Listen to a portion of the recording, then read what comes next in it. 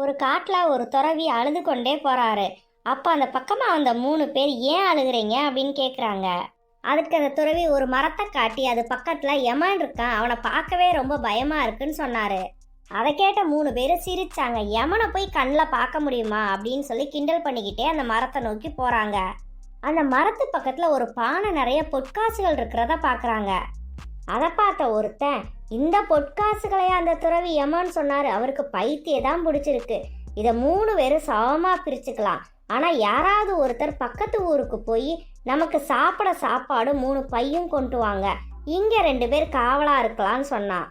அவங்களில் ஒருத்தன் பக்கத்து ஊருக்கு போனான். வழியில் அந்த பொற்காசெல்லாம் தனக்கு தான் வேணும், அதனால கொண்டு வர சாப்பாட்டில் விஷத்தை கொடுத்து அவங்கள கொன்றலான்னு யோசிச்சுக்கிட்டே நடந்து போனான். இங்கே காவல் இருக்க 2 பேர் இந்த பொற்காசில் 2 பங்கா மட்டும் போட்டுடலாம், அவன் சாப்பாடு கொண்டு வந்த உடனே அவனை கொலை பண்ணிடலான்னு இவங்க திட்டம் போட்டாங்க. விஷம் கலந்த சாப்பாடை கொண்டு வந்த உடனே அவங்க 2 பேருமே அவனை வெட்டி கொன்றாங்க. இவங்க அதுக்கப்புறம் அந்த சாப்பாடை சாப்பிட்டு அங்கேயே இறந்தும் போயிடுறாங்க. கொஞ்ச நேரத்தில் இந்த வழியாக வந்த துறவி, யம இருக்கான்னு எவ்வளோ சொல்லியும் கேட்காம இறந்து போயிட்டீங்களே, இனி எவ்வளவு பேரை இந்த யம கொல்ல போகிறான்னு புலம்பிக்கிட்டே போனார்.